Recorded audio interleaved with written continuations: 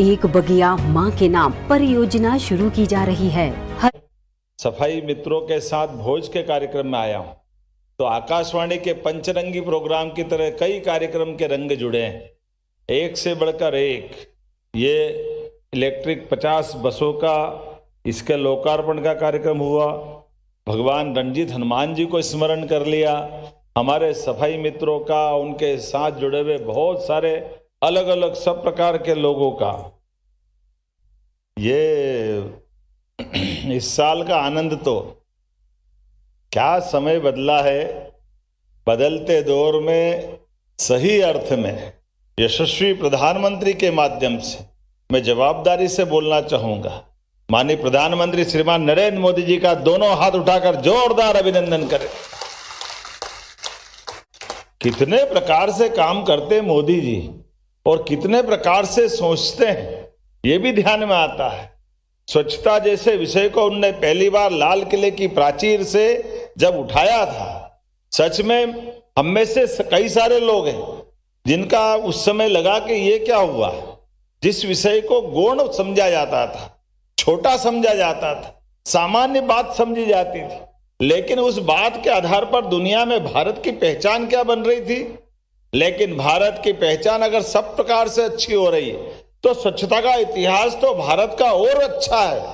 हम वो सब भारतीय हैं। अपने घर परिवार में माताएं बहनें, हमारे परिवार में तो रसोई में शाम को अगर खाना खा करके सबने अपनी निवृत्ति के साथ, ये हमारी रात के पहले माताएं बहनें जब तक एक एक बर्तन साफ नहीं कर ले, रसोई का सफाई पूरी नहीं कर दे, तब तक उनको चैन नहीं पड़ता और रात की नींद नहीं आती। माता बहनों को प्रणाम करता हूं और ये स्वच्छता की आदत को प्रणाम करता हूं।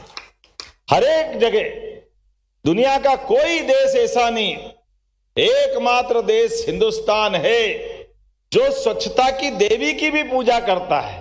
सिली सप्तमी वास्तव में वो देवी क्या है, अगर उनकी प्रतिमा देखोगे तो वो देवी स्वच्छता की ही देवी है, जो गधे पे सवार है, हाथ में झाड़ू है, हमारी देवी है। उसकी प्रतिमा वो जाने अनजाने हमारे यहाँ कई बार प्रतिमाओं के ढेर से समझ नहीं पाते, लेकिन शिला सप्तमी के माध्यम से उनकी अपनी जो प्रतिमा है वो स्वच्छता के आधार पर जानी जाती है। और केवल उनसे नहीं, स्वच्छता से समृद्धि आती है। तो शिली सप्तमी से लगा करके लक्ष्मी पूजन तक दोनों से हमारी स्वच्छता का संबंध जुड़ता है। तो बाप बड़ा ना भैया, सबसे बड़ा रुपया। महालक्ष्मी का भी आनंद बिना समृद्धि स्वच्छता से नहीं आ सकता। ये जब स्वच्छता की उस तरह की बात जोड़ते हैं तो हमारे संस्कार से भी आते हैं, देश की पुरातन सनातन रीति से भी आता है। और जब देश के प्रधानमंत्री ने इसका आह्वान किया कि ये स्वच्छता के बलबूते पर देश भर में हम एक स्वस्थ प्रतियोगिता कराएंगे, इसको इस तरह से लेंगे, अलग अलग पैरामीटर्स बनाए। मुझे मालूम है एक बार बनाए, फिर उसमें कुछ बदलाव करा, उसमें फिर तीसरी बार बदलाव करा। हमने कहा चाहे जो कर लाओ, इंदौर का दौर ऐसा हर बार सबसे श्रेष्ठ निकलेगा। ये इंदौर ने सिद्ध किया, ये मध्य प्रदेश ने सिद्ध किया, आपके भरोसे सिद्ध हुआ है। तो इंदौर ने हर बार 1, 2, 3, 4, अपने यहाँ तो 7 समंदर पार के बाद तो कोई जगह ही नहीं बचती दुनिया में। ऐसे जब के विदेश जाते थे, कहाँ जा रहा 7 समंदर पार, और जब फेरे भी लो तो 7 फेरे, जन्मों का 7 जन्मों का साथ। तो स्वच्छता से 7 जन्मों का साथ हमारा इंदौर का जुड़ा हुआ, जोरदार अभिनंदन करें। इस नाते से भी हमारी कई सारी मान्यताओं के बलबूते पर इंदौर ने अपनी व्यवस्थाओं को, क्योंकि इंदौर की चुनौती कम नहीं थी। इंदौर के अंदर सब प्रकार से देखा जाए तो बड़े बड़े शहरों के सामने, दिल्ली, बंबई, पता नहीं बड़े बड़े शहरों के सामने टक्कर लेना ये भी चुनौती थी।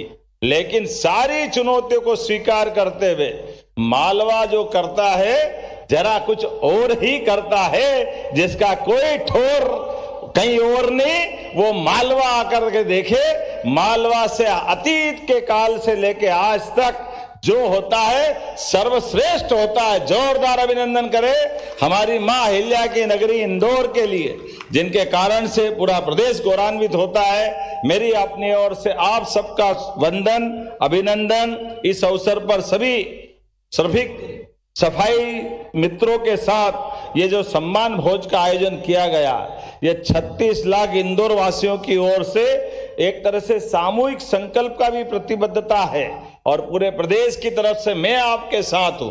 वाकई आपकी अपनी मेहनत के भरोसे से, यहाँ के नागरिकों की आदतों और हमारी व्यवस्थाओं के भरोसे से ये जो आपने मुकाम हासिल किया है, पुनः आपको बधाई देता हूं, वंदन करता हूं, अभिनंदन करता हूं। एक और काम, जब बसों की सौगातें मिल रही है और ईवी बसों की सौगात मिल रही है, देखो बदलते दौर में यद्यपि पहले से भी बसें हमारी चली ही रही है, लेकिन ये प्रधानमंत्री जी की फिर ये योजना भी है जिसके कारण से उन्होंने आवागमन की सुविधा के लिए भी, और इंदौर को तो सौगातों का एक तरह से आज समय कम पड़ जाएगा। सब क्षेत्रों में कितने प्रकार से इंदौर के लिए माननीय प्रधानमंत्री के मन में भी भाव है और हम सब की भी इच्छा है। 18,500 करोड़ की इंदौर मनमाड़ नई रेल लाइन किसको कहते, जोरदार अभिनंदन करें, पूरा दौर बदल जाएगा। धार का हमारा नया रेल रूट चालू होने ही वाला है। उज्जैन मेट्रो आपकी तरफ से एयरपोर्ट से सीधी जाने वाली। हमारा अपना फतेहाबाद उज्जैन का ट्रैक कांग्रेस के शासनकाल में बंद हुआ था, वो झूठ बोल के बंद किया गया था। हम इसको ब्रॉडगेज बदलेंगे, और जब उखाड़ने का काम उखाड़ दिया और डालने की बात आई तो बड़ी बेशर्मी से जवाब दिया गया। अब इसकी जरूरत क्या है, ऑलरेडी देवास तरफ तो है ही, अब आवश्यकता नहीं है। अरे वो तो यशस्वी प्रधानमंत्री का और सुमित्रा ताई जी का धन्यवाद अदा करो, और हम सब ने मिलकर के उज्जैन इंदौर का फतेहाबाद का तुलसी भैया भी है, वो ट्रैक चालू करा। वो फतेहाबाद और उसके गुलाब जामुन भूल जाते नहीं तो लोग। फतेहाबाद के गुलाब जामुन रेलवे स्टेशन पर तो मिलते थे, लेकिन फतेहाबाद के गुलाब जामुन का रिकॉर्ड भी अतीत का एक किस्सा है। हमको मालूम है एक काल में फतेहाबाद के समय औरंगजेब का और उसके भाइयों के बीच युद्ध हुआ था, और औरंगजेब ने अपने पिता को इस युद्ध के जीतने के बाद पिता को बंद कर दिया, तीनों भाई को मार दिया, बेटे को मार दिया, बहन को मार दिया, पूरे खानदान में अपना बेटा, उनके परिवार में विवाह का प्रसंग है तो एक बड़ा भाई बचा था, उसकी बेटी से विवाह करके उनने झगड़े का अंत करना चाहा। तो इतना अलग प्रकार का खून रंजित इतिहास है कि उसके आधार पर औरंगजेब ने अपने बेटे की हत्या कर दी, लेकिन वो बेटे के साथ अपने बड़े भाई को भी मार दिया। तो कोई राजा दिल्ली की गद्दी पे बैठे और अपने भाई को मार दे, पिता को जेल में डाल दे, भतीजे को मार दे, भांजे को मार दे, बहन को मार दे, अपने बेटे को मार दे, तो मिठाई से हिसाब कैसे चुकता किया जाता है। तो ऐसा जो उदाहरण दुनिया में चला है गुलाब जामुन का, वो फतेहाबाद उस जगह का है, नाम है जहां इंदौर और उज्जैन की सीमा आती है, कि दिल्ली में गधे गुलाब जामुन खा रहा है, ये गले गुलाब जामुन की दुकान खोल करके मिठाई से बदला लेने की जगह वो गधे गुलाब जामुन वाली मेहनत की।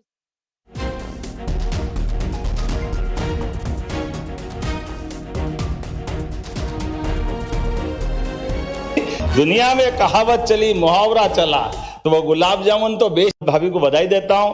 आज रंजित हनुमान के भगवान के धाम का आनंद आया। जब अयोध्या में भगवान राम मुस्कुरा रहे हैं तो हमारा रंजित हनुमान जी का मंदिर कैसे पीछे रह सकता है। बोले हनुमान जी महाराज की। और रणजीत का मतलब है हर रण को जीतना है। किसी भी सफाई के रण को जीता तो उसका पुरस्कार पाया।